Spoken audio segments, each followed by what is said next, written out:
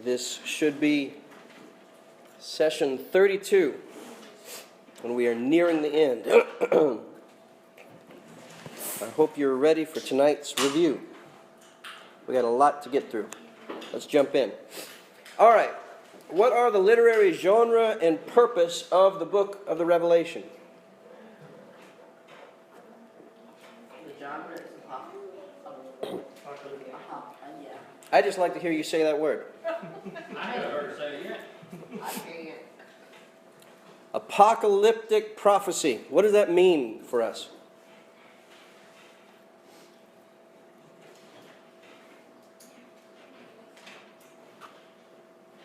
Why is that different than, say, regular prose or some historical account or poetry? Everything literally.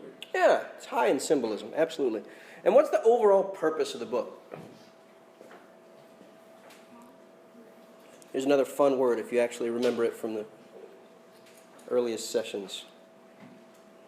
I said it had an epistolary purpose, meaning it was a letter to the churches, or to the church if you want to use it in that way, right? So it's highly symbolic. That has to dominate the way that we read and interpret the texts.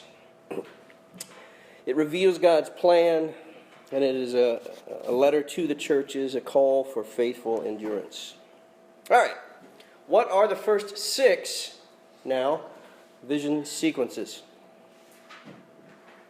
It's absolutely okay if you look back through the notes. 7 churches, the 7 seals, the 7 trumpets, 3 monsters and a baby, the 7 plagues, the fall of Babylon, the millennium, and Satan's defeat. There you go. All right, so let's just, not an in-depth, but let's just mention something about each of these. Maybe an emphasis or what you remember most about. So think all the way back to the beginning, the 7 churches. What dominates your memory of that sequence?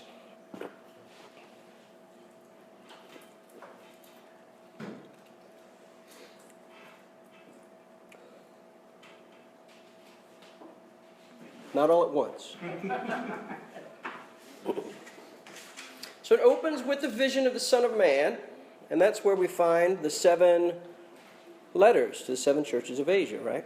So that was, you remember how we spoke about those were historical places, but over and above that, the descriptions of what was going on, that was the state of churches then, and largely it's the state of different churches now, and so it helps us to sort of identify with that. All right, who remembers something from the vision of the 7 seals? They opened up one at a time. There you go. We opened 7 of them, one at a time. Absolutely. And the only person who could open it was The lion who was a lamb. Yeah, absolutely. Because he had conquered. All right. How about the 7 trumpets?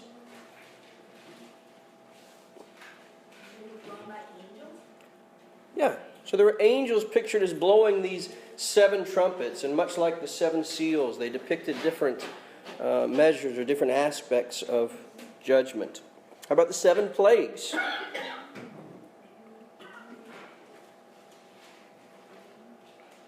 Remember, we referenced the plagues of Egypt. Strong reference to the plagues of Egypt, drawing from that Old Testament context. Good deal. How about something from the most recent segment, Babylon's fall? This should be the freshest in your minds, comparatively speaking. It was not talking about the actual city of Babylon, but it did reference that, and it was similar to the fall of Babylon. Absolutely. So, much like the rest, we referred to historical aspects. There was a real city Babylon. There was real destruction and judgment upon it. But we were talking about mystical Babylon. And mystical Babylon was pictured as the great whore or prostitute. Right? Good deal. So you do remember some of it. What is the time period on which the visions focus or reveal? Depends on who you ask. Hmm? It depends on who Depends on who you ask, yes. The Gentiles? Hmm? The Gentiles? So I've said that it deals with the interadvental times, right? That's another long word. Just meaning that it explains to us what's going on between the first coming of Christ and leading up to his return, which is the end times. We absolutely deal with the end, but also reveals to us what's going on in this current age, the church age, if you will. All right. Now here's a both hard and easy one. Easy because there's no one right answer. There are many. But as we have stepped through these vision sequences, the text continues to make a division. It keeps talking about two groups of people and contrasting, right? So let's share some of those descriptions of the delineation of people. They don't have to be in order. Let's just talk briefly about some of the ways that people are described.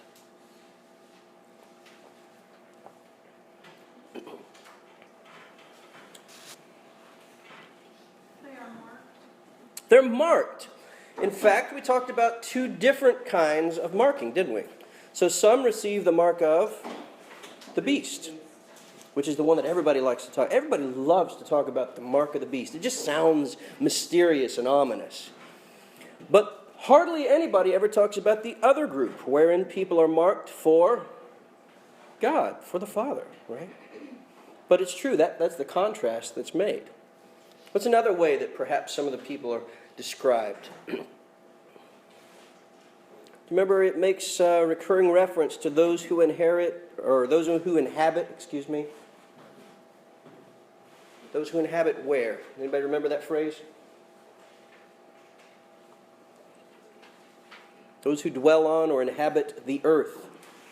And whenever we encounter that phrase, it doesn't mean everybody that's physically on the earth, but rather means the unbelievers. Those who are the enemies of God and God's people. All right, so let's get a couple quick descriptions. How are God's people, how are the faithful described in different parts of the book?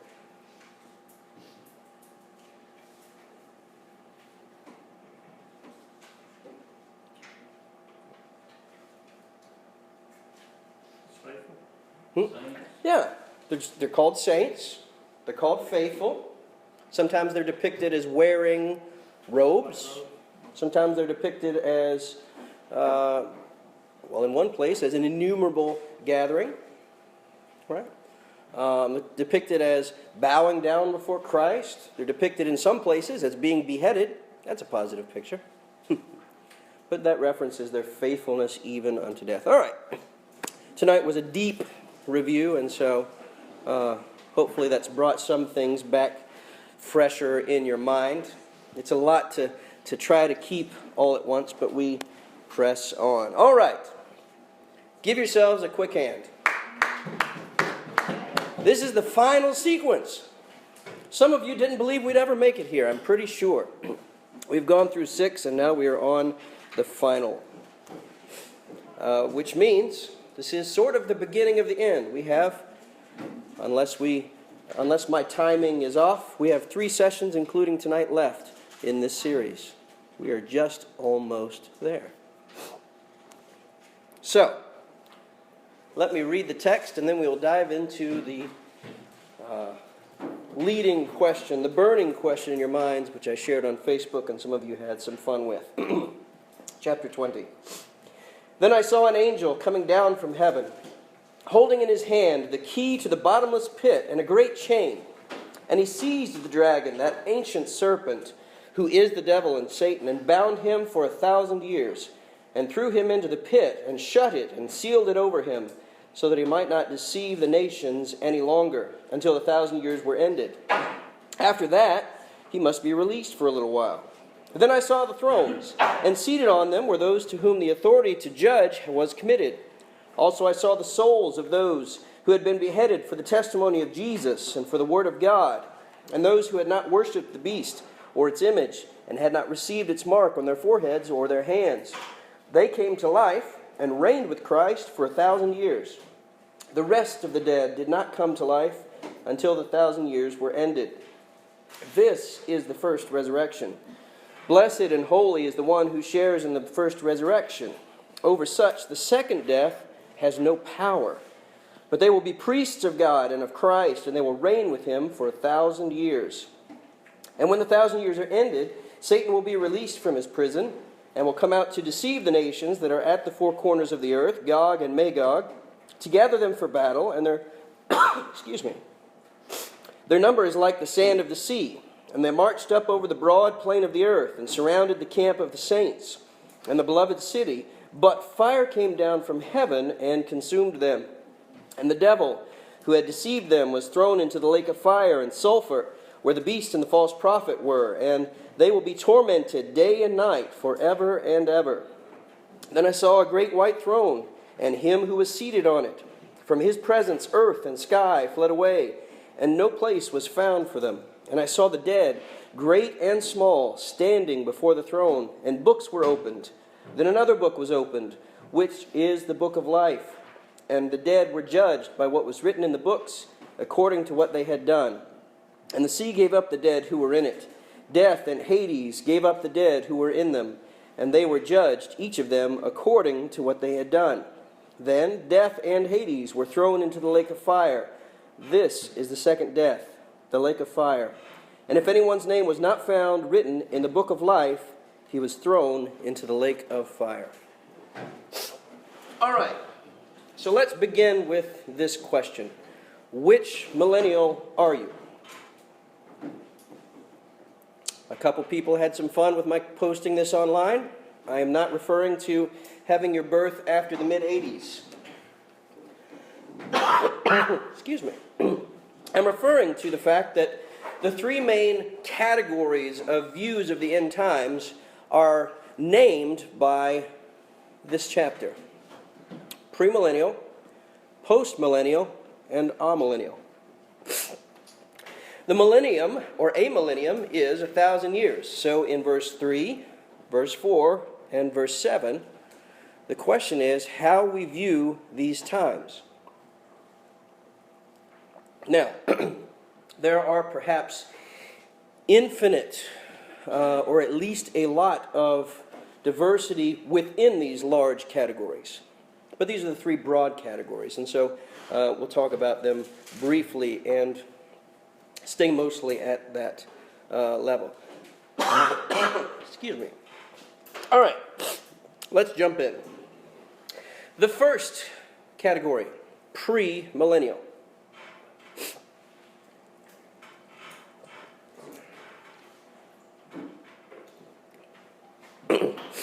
Now, in the premillennial ordering of things, and again, there is diversity underneath, but in the broad category, there is the first coming of Christ, which I have pictured here by a cross.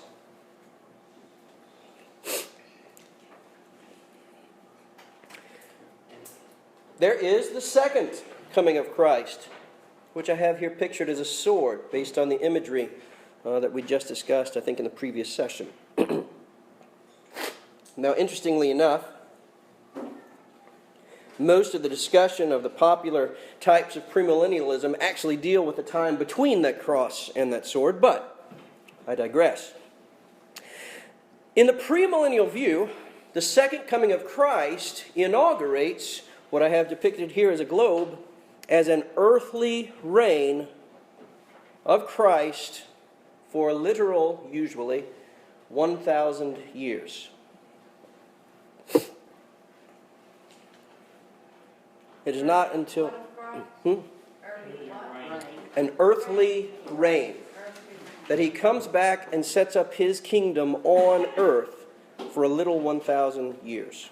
Usually. Again, there's some diversity here, but the most popular forms, or most popular form follows this. And only after that literal 1,000-year reign on earth is the final judgment, pictured here by the gavel. Now, there is much more that could or should be said in order to try to understand the premillennial position. There certainly are a number of other texts that come into play, but this is the general timeline. And the reason it's called premillennial is, notice where the sword is. Before, pre, the 1,000 years. So it's named because they view Christ's second coming as coming before whatever this 1,000 years that's described in chapter 20. Now, excuse me. The most popular form of this, and I don't want to get into too much detail, is relatively new. Did not exist in the earlier church periods, but there were beliefs of a literal earthly reign that popped up very early. So there's seeds of some of what would come later. That is the premillennial view. And as I learned just this afternoon, a couple of the quote-unquote bigger names in previous generations, who was it? Cap Massey and Cal Gregory had a disputation over this, and one of them was premillennial. And at the end of their discussion, they decided this was nothing to fight about and would do more harm. I agree with that. As I said at the beginning of this, these are issues where we can differ. This is not the centerpiece of the gospel.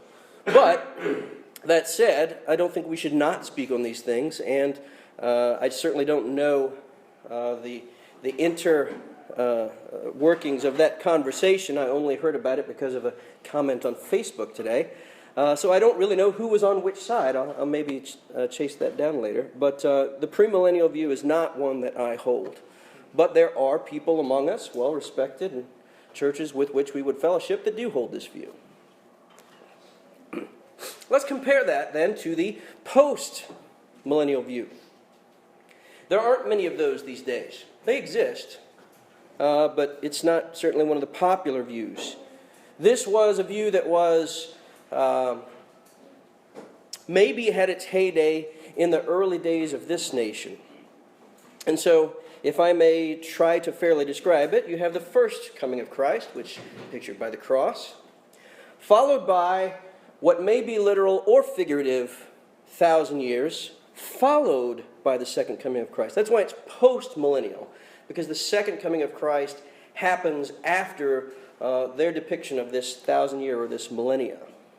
Now, basically, if I understand this position, and I think I do, at least at basic level, essentially their 1,000-year reign is not the literal depiction that we usually hear about in the dispensational premillennial camps, but rather that the church will have a period of success such that essentially the whole earth is evangelized.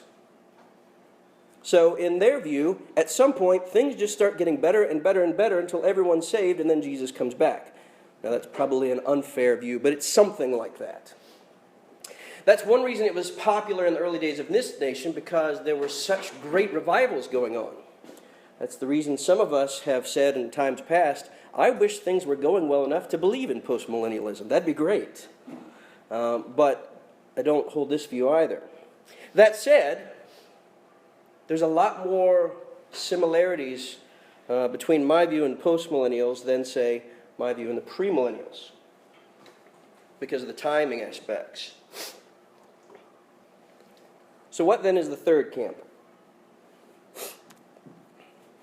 It's called amillennial. Perhaps someone might pronounce it amillennial.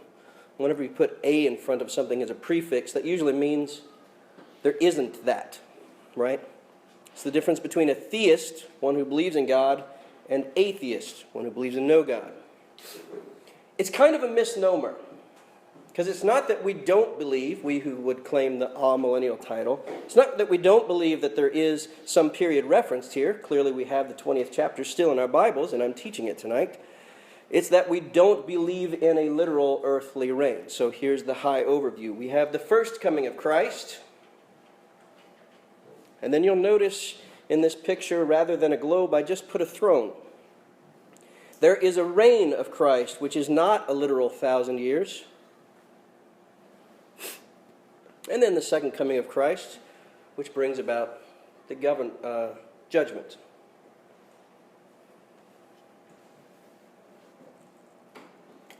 Then what?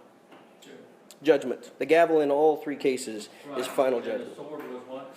Second coming of Christ. So among other things, and there certainly are a lot if you try to parse out different texts and which way they're read between these three camps.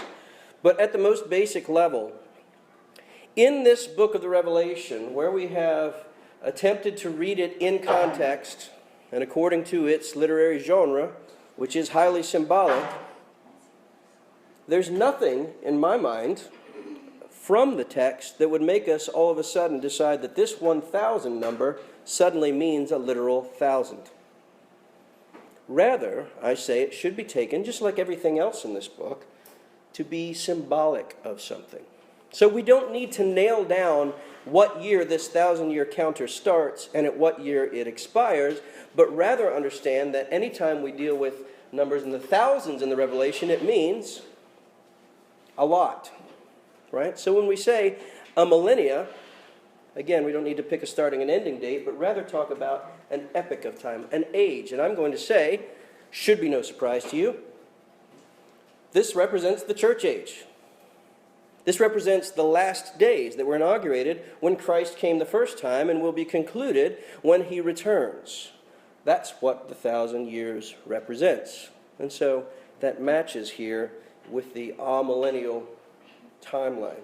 Christ comes once, inaugurates the 1,000 years, symbolic 1,000. Christ comes at the end of that time, and we have final judgment. So we're going to go into more detail of the text, but are we clear on the three categories of the way this is viewed?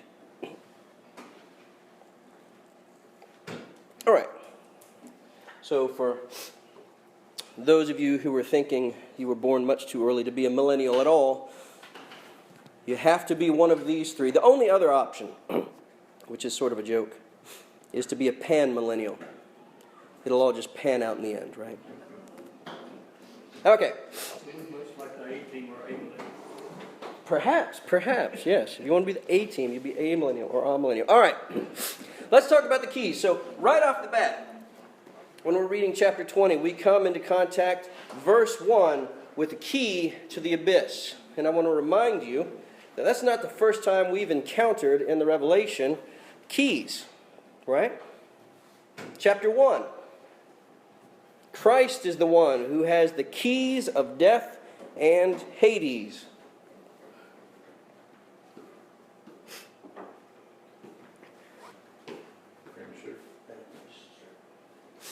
Chapter 3. Christ is said to be the one who holds the key of David.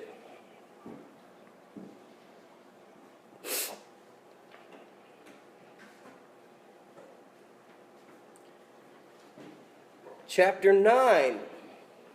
Thank you very much. That fallen angel, Satan, is given the key with which he opens the pit. And now we have at the opening of chapter 20, the key to the abyss. So there's this theme that runs throughout, literally from the first chapter. What's the picture here? What should we see as this recurring theme? Should we not see that the keys represent authority?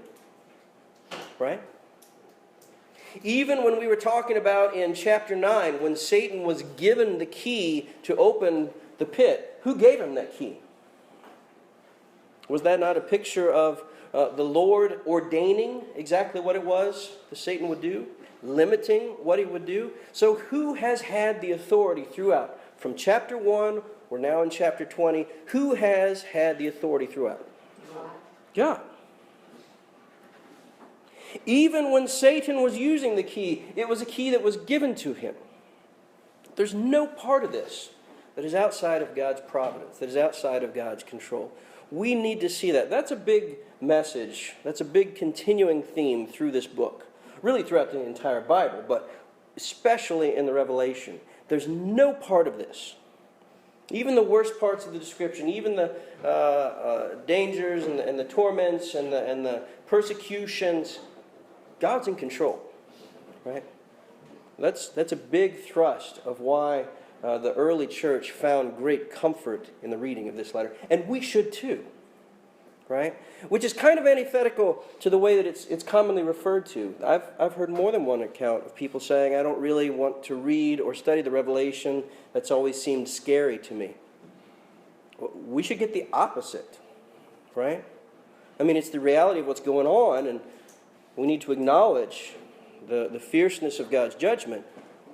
But God is in control, and His people are continued. It would also represent that Hades or hell is locked and no one can leave. True. You get from entire Revelations, they have a key, but it's no access, no exit. Absolutely. Which is consistent, again, even if you take the account of the rich man and Lazarus, what was the answer given? There's a gulf fixed between here and there, right? God is in control. He has that locked down. All right. So then what's the real question? One of the big questions of this. And this is one of the issues over which people debate and have for centuries and probably will until the Lord comes back. What does it mean that Satan was bound? There are certainly those who read this text and say there's a 1,000-year period, and this is one of the reasons, for instance, in the premillennial camp where they say there will be 1,000 years of peace because Satan is bound, therefore he can do nothing. Right? So what is the binding? Well, yeah, it's a restriction. And I think we have that here in the text. We're not left with no clues. We're actually given some clues. But I remember one time I was having a discussion with a friend of mine about this, and he was one of those that held to the binding of Satan means he can do nothing. And I said, tell you what, let me get a junkyard dog and starve him for a couple days, and let me bind him with a 10-foot chain. Now, if you're 12 foot away, can he do anything to you? He said, no. I said, but what if you're within the 10 foot? Can he still do something? Well, yeah, he'd eat me up. Is he not still bound? You see, the picture is a limitation. It's not that there's nothing to do. And as a matter of fact, as I said, we have clue right in the text. What does it say? What kind of binding is it?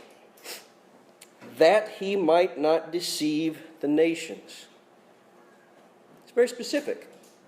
There's a limitation, a very specific limitation, one that wasn't there before, you might say, about what the devil was enabled to do.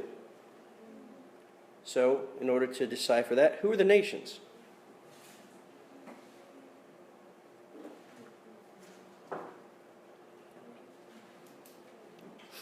Throughout the Bible, you have two classifications of people from the Jewish perspective. There are the Jews, and then there are the Gentiles, or commonly referred to, the nations.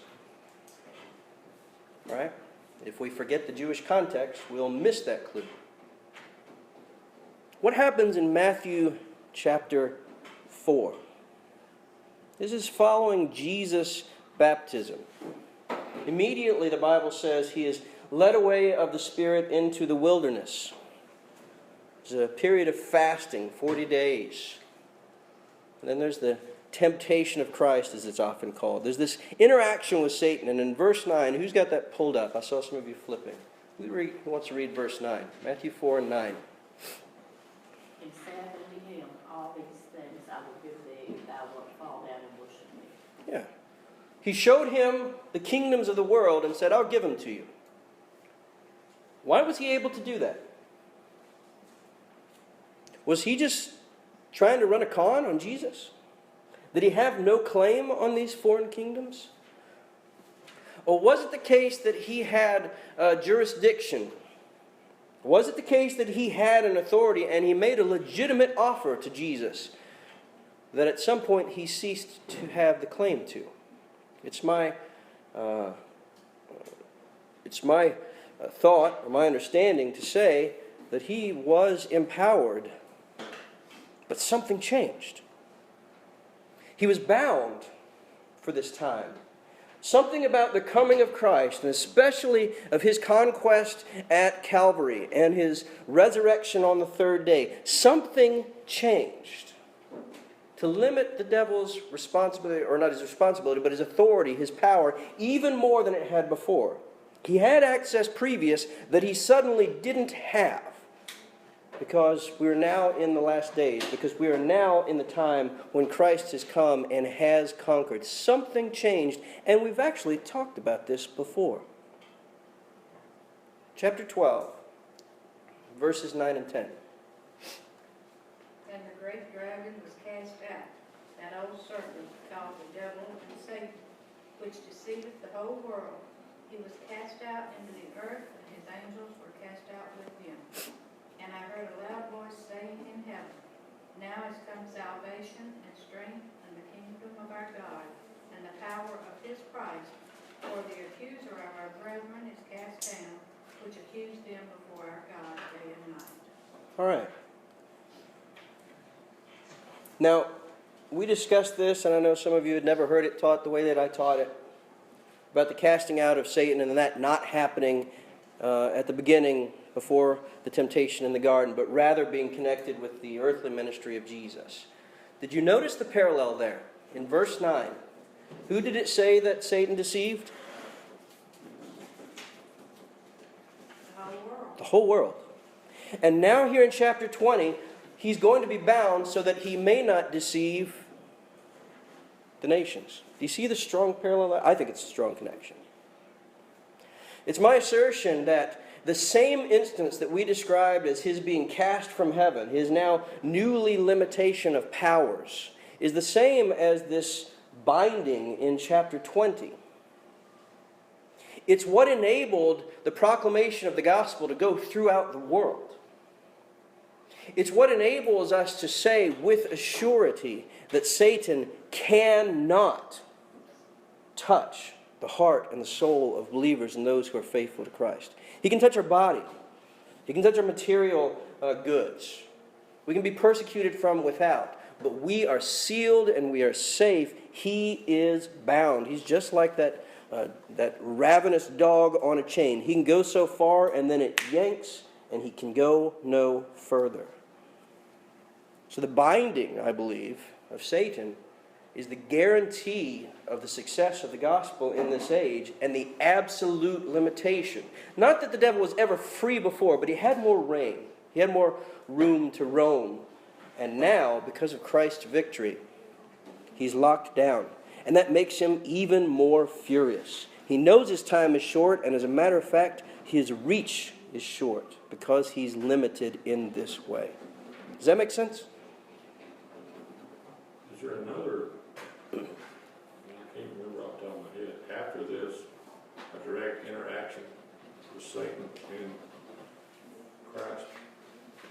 Most of what we hear is from demons or whatever, or interactions. After this point right here, No. this is the last. I mean, later in this chapter, we'll mention him again, but Well, if Satan had succeeded here or Christ had failed, however you want to look at it, then the crucifixion would have been. Right. So he actually, when he couldn't get him to bow down, it was over for Satan as far as, until that time, as far as, because up until this point, you know, and I know people like you, but Christ could have failed. in a flesh. sense, yeah. Yeah, that's what I mean, in a sense. But you were saying that I don't remember reading any more intense interaction with Satan after this There isn't. point right here. So that There was isn't. his last chance. I mean, we see him clearly labeled as entering into Judas to get him to sell out. But as far as a face-to-face kind of interaction, there isn't. Right. There isn't. So it's my contention that this binding of Satan is the strong limitation of him during this age in which we live, the church age. I have a weird question. Go ahead. Like, we know that God knows what was going to happen in the end. I mean, Sure. Not that, but he knows everything. Did Satan also know that he would not win when he started this? That's a tough question. He is not omniscient. He's not God. It would be hard to understand his actions if he did. Like, did he really think that Jesus was going to say, oh, okay? I would have to conclude yes. Certainly we don't have a lot of information about what he knows. He's on a higher plane, in a certain sense, being an angel than we are currently being humans. But it would not make sense the way he moved, the way he acted, if he had some view of the end. Especially when we take into consideration that he was an integral part of Jesus being crucified. Right? Why would you do that? That would lead to your defeat.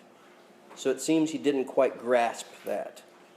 And forgive me for making another C.S. Lewis reference, but the way it's worked out and the way it's explained in Lewis's fictional work, but so often right theologically, the Lion Aslan said of the White Witch that she didn't understand the meaning, or she never would have done what she did. So I take that as his saying that of Satan, and I believe he's got the right view. Does that answer your question? Why would he offer, if he had a full understanding, if he's tempting Christ in the flesh, Mm-hmm. why would he offer him something if he understood, if he knows going to be destroyed in the end anyway? I think he had a hope, but he also had a doubt that it would work. You know, I mean, you're talking, this is God's son, and he was there in the beginning, but he also knew that he was half man, so there was a hope that it could happen. I hesitate to speculate too much what was in the mind of Satan, but yeah, I mean... But, I mean, still, the fact is he tempted him. Yeah. And if he didn't think he had... He absolutely tried. Yeah. Well, it goes back to Earnest that. effort. He wouldn't have tried to prevent Jesus from coming if he really understood Purpose. the future. Right. And the purpose. Right. And he did that on 2 occasions, At least, yeah. at least. So obviously he did not know that he had no chance. This harkens back to me presuming things, but I really think, and again, I hesitate to try to put myself in the mind of an angelic being, much less a fallen angelic being, but it seems to me from the actions, he thought it should have been him and not Jesus. And so yeah, I have to say I don't think he knew the outcome.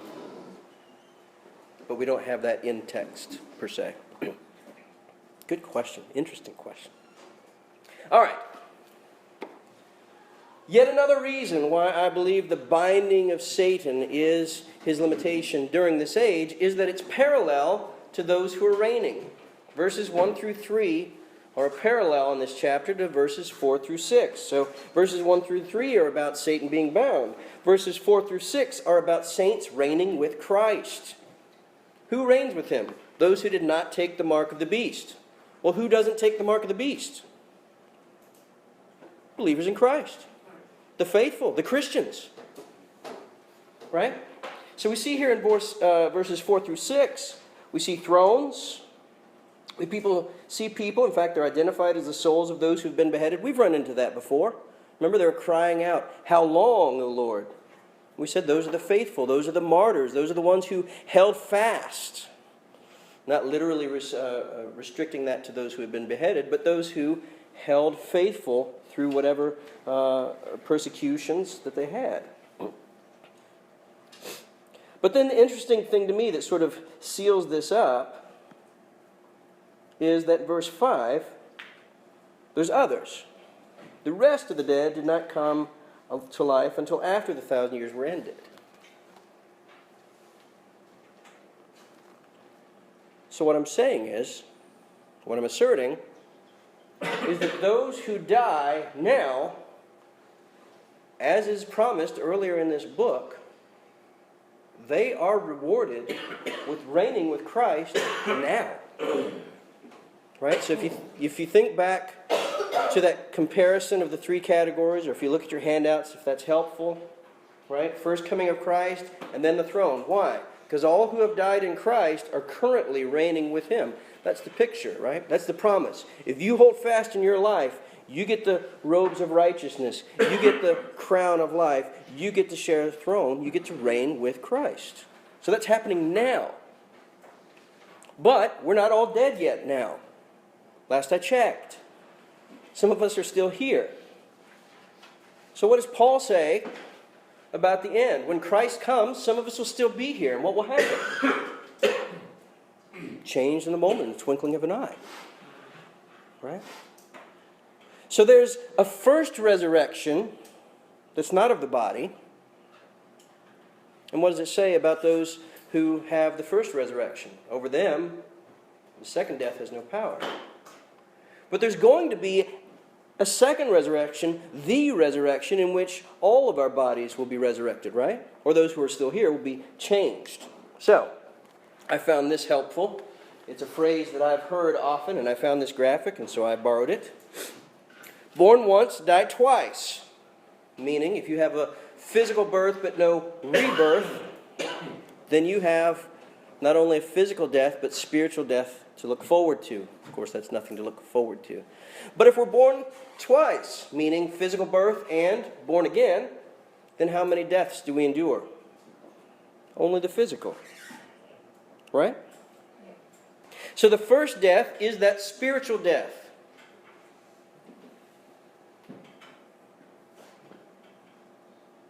Truth be told, in that sense, we're stillborn. Right?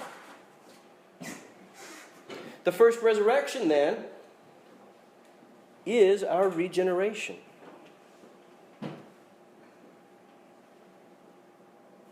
It's a resurrection of the spirit, or of the soul, if you will.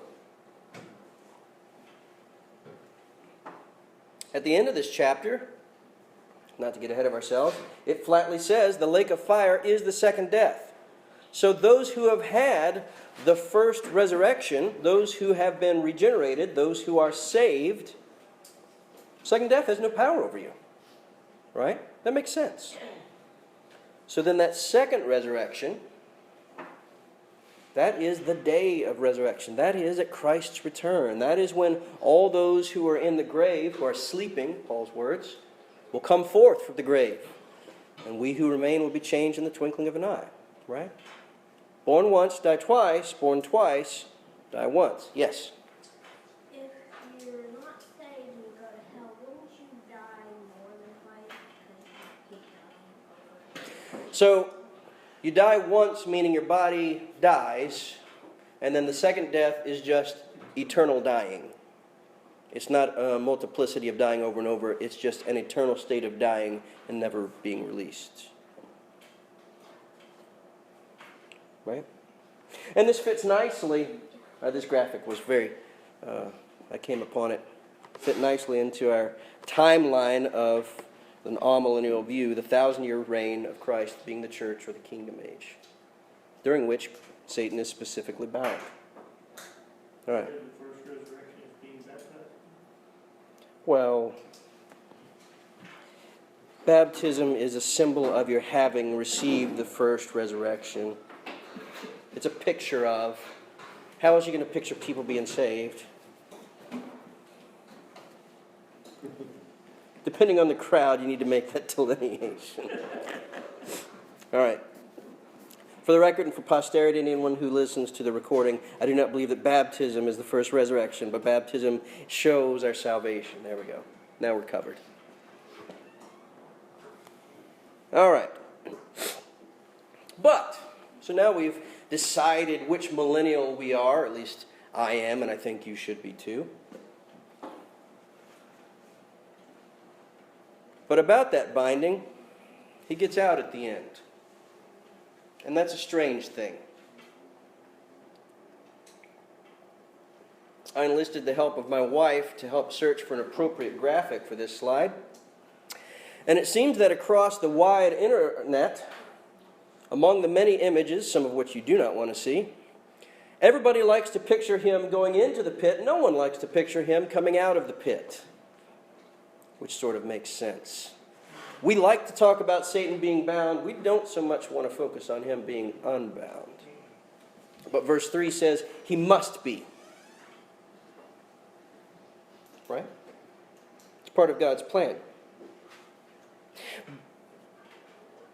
And I want to say this is one of the areas of interpretation where I hesitate to use this word, but softer on. What does it mean that he'll be released at the end? Does it mean there will be a necessarily noticeable time of intensification? Perhaps. It certainly could mean that. Here's why I think it doesn't have to mean that.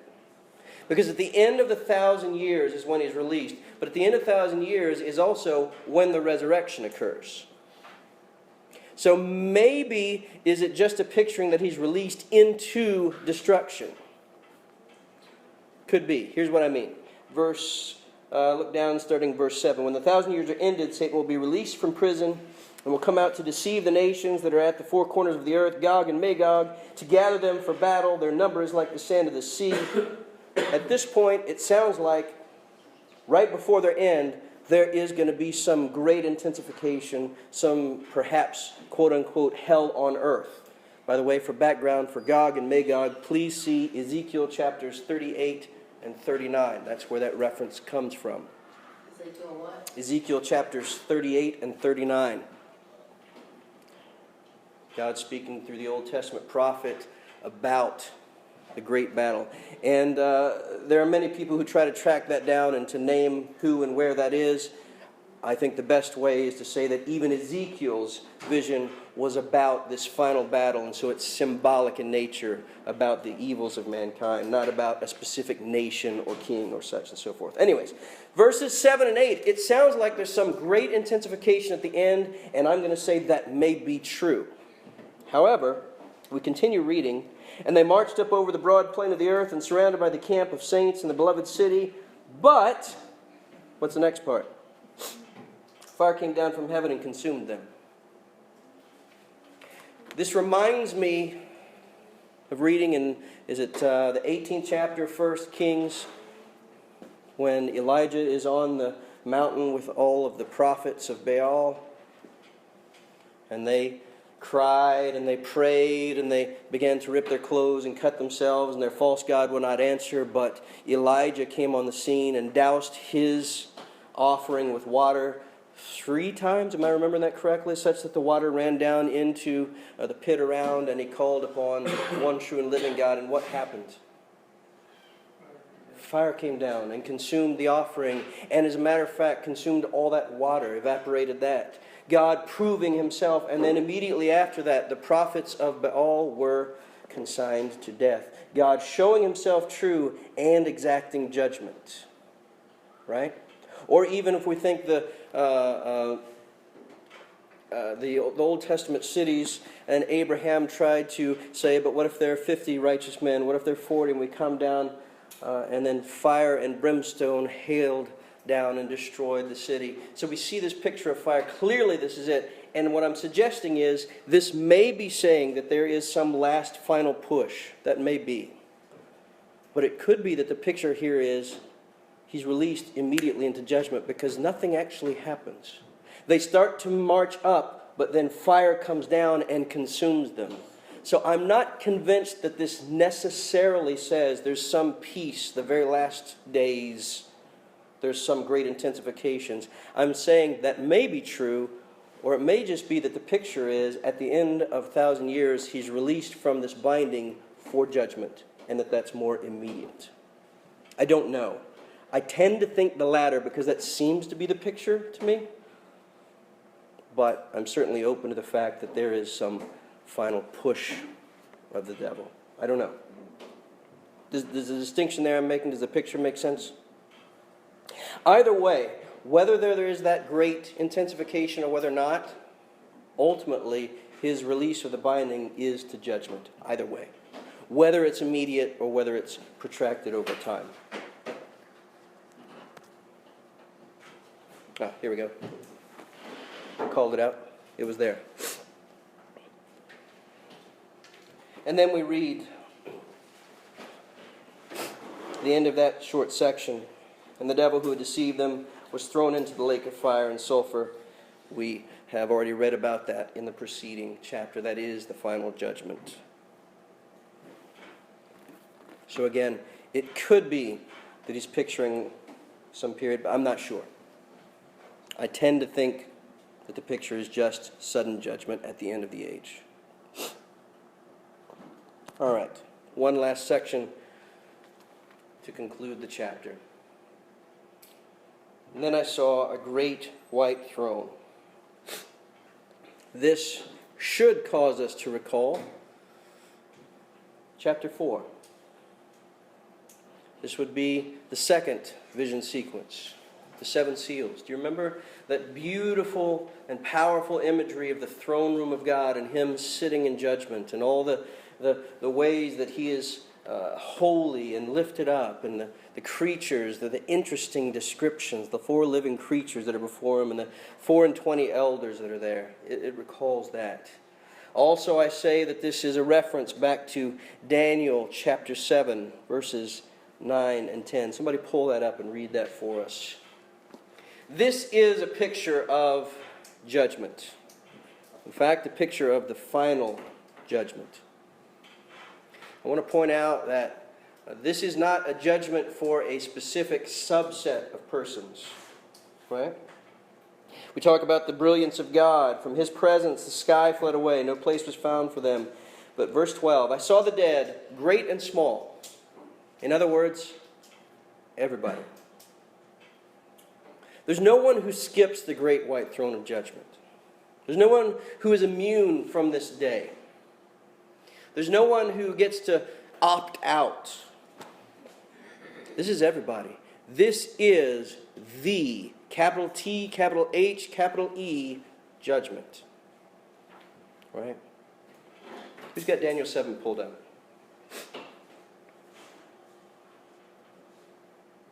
Beheld till the thrones were cast down, and the Ancient of Days did sit, whose garment was white as snow, and the hair of his head like the pure wool. His throne was like the fiery flame, and his wheels as burning fire. A fiery stream issued and came forth from before him. Thousands ministered unto him, and 10,000 times 10,000 stood before him. The judgment was set, and the books were opened. Daniel saw the start of this vision, and the end of it he was told to seal up. Now we're seeing the conclusion of it. This is that same vision. This is that same scene. The great and glorious God sitting in judgment. And the books were opened. What books? Certainly the book of life, because we have clear reference to here. In fact, the last verse of the chapter. If anyone's name was not found written in the book of life, he was thrown into the lake of fire. But it's not the only book that's opened. The books or the scrolls containing all the deeds of everyone are opened. This is that judgment. When we talk about how that everyone will be rewarded based on their own actions, their own choices, this is that judgment. And so there is nothing held back. Now, the beauty is, for the believer in Christ, and I know sometimes preachers have sort of used this as leverage to try to put a guilt trip on believers. Oh, there's coming a day, and even the stuff you did after you're saved will be made known. Well, that's true, but this is not a day of mourning or sadness for those who are in Christ. This is a day that even those places that now we might think we don't want that read out in front of everybody, but in that day, our understanding will be changed. Our whole perspective will be changed. It'll be about glorifying God for how He has rescued and overcome all of even our sins. How that every sin, every misdeed was paid for by Christ. However, the reverse is true. For those who are not found in the book of life, then for every entry on that scroll, they have no advocate. They have no answer. Do you remember the end of the description of the great prostitute? All the beauty's gone, all the wisdom's gone. What was left in the end? Only her blood guilt. That's the way it will be for those who die without Christ. So this is not a day to be dreaded by believers. This is a day to look forward to, but it is a day that we ought to warn people about so that they may run to Christ for protection. Why does the text say death and hell, or death and Hades? Is a distinction between the realm or the place, if you will, and the act of dying. In other words, there's nothing about death that lasts through the judgment. Right? Not only will there not be graves in the age to come, there won't be dying. Right? So it's just a complete picture. The only dying there will be those in the lake of fire, and that is the eternal and the second death. Verse 14, then death and Hades were thrown into the lake of fire. This is the second death, the lake of fire. It's like God just wanted to underline that and repeat that in case anybody had a misconception. So, chapter 20 opens the last sequence of visions by paralleling the limitation of Satan's power with the ongoing reward and reign of God's faithful. The end of this age is marked by the final defeat of Satan and God's judgment on all mankind. Comments? Questions?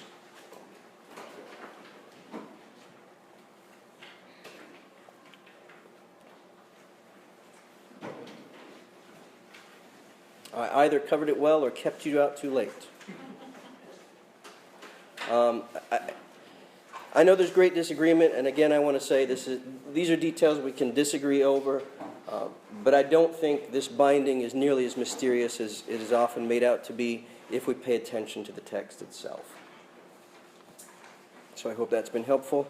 And unless there are questions, when we resume again, we will look next week at New Jerusalem, the bride of Christ.